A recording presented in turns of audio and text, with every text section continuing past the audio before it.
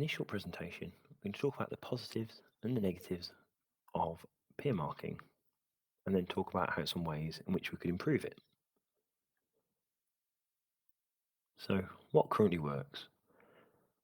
Well, peer marking is great for reducing academic workload on project-based modules, particularly when there's many teams and hundreds of students. It gives an academic an insight into a team, who's performing and who's not. Really helps the students feel heard, so this is particularly useful for National Student Survey, where students are asked to rate the universities on the student voice. And of course, it really helps academics identify those who are only superficially engaging. Academics might not be able to pick up on these people, which is perfectly fine, but those working with them day to day on these projects will be able to identify them immediately. So, what really doesn't work? Well, students are really good at applying marking criteria effectively. This is not criticism, they're just not as experienced as academics. This leads to really inflated marks, really makes it difficult later on for academics to moderate these marks and provide appropriate marks for a module. The solution is comparative peer marking, and Peermarkify provides this function.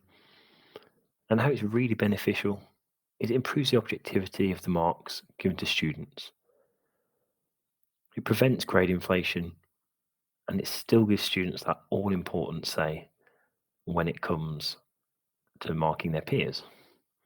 And it simply works by asking students several questions, either once a module or several times throughout a module, and to rank their peers against these particular criteria.